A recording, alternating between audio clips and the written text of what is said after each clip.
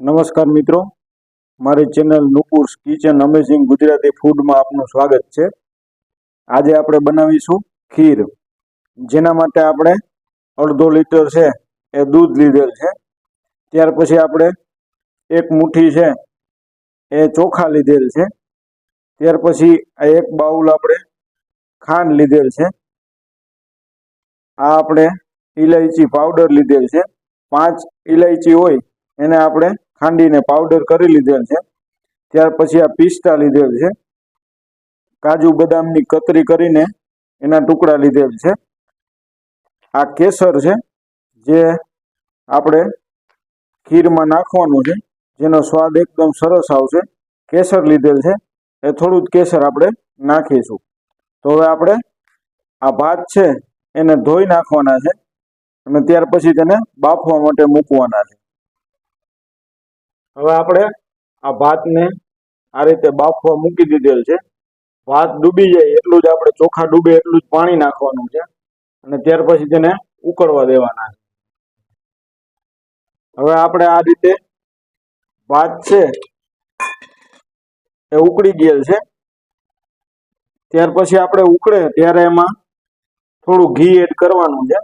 આ રીતે થોડું ઘી એડ કરી દેવાનું છે। ત્યાર પછી તેને મિક્સ કરી આ રીતે ઘીને, અને હવે આપણે કુકરને બંધ કરી દેશું અને 3 વિસલ થાય ત્યારે આપણા ચોખા છે એ પાકી ગયા છે, એટલે આપણે હવે કુકરને બંધ કરી દેશું। 3 વિસલ થઈ ગયેલ છે અને આપણા ચોખા છે એ બફાઈ ગયેલ છે। ચોખા બાફીને જ ખીર બનાવવાની છે, જેથી આપણે ખીર બનાવવામાં એકદમ સરળતા રહે અને ઝડપથી બની જાય છે। એટલે આ રીતે તમે જરૂરથી બનાવશો। પહેલા આ રીતે ભાત બાફી લેવાના છે। આ રીતે આપણે ભાત છૂટા છૂટા થયેલ છે, આપણે ઘી નાખેલું જેથી આ રીતે ભાત છૂટા થયેલ છે। હવે આપણે છે ગેસ ચાલુ કરી આ રીતે તેમાં અડધો લીટર આ દૂધ હતું એ આપણે ઉમેરી દેવાનું છે।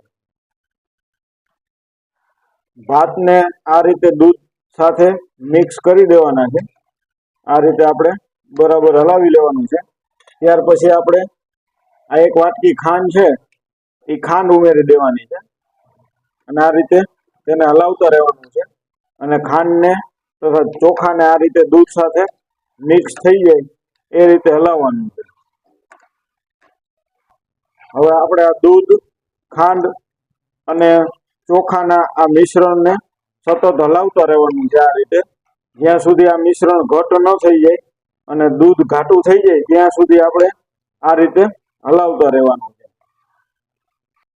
દૂધમાં આપણે આ રીતે ઉફાણો આવશે અને આ રીતે ઉકળશે, એટલે આપણે આ રીતે હલાવતું રહેવાનું છે। હવે આપણે આ રીતે મિશ્રણ ઘટ થતું જાય છે, એમાં આપણે થોડા કેસર આ રીતે ઉમેરી દેવાનું છે। ત્યાર પછી તેમાં આપણે ઇલાયચી પાવડર ઉમેરી દેવાનો છે। ત્યાર પછી છે એમાં આપણે કાજુ બદામની આ રીતે પીસ કરેલા હતા એ ઉમેરી દેવાના છે। ત્યાર પછી છે આપણે પિસ્તા ઉમેરી દેવાના છે। ત્યાર પછી ફરીથી તેને આ રીતે હલાવવાનું છે। આ રીતે આપણે આ બધું ઉમેરી હલાવતા રહેવાનું છે।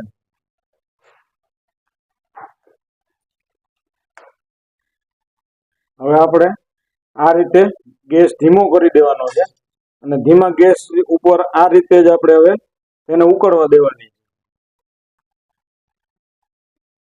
ધીમા ગેસે આપણે આ રીતે થોડી વાર ઉકાળેલ, ત્યાર પછી તમે જોઈ શકો છો કે તૈયાર છે આપણી સરસ મજાની ખીર।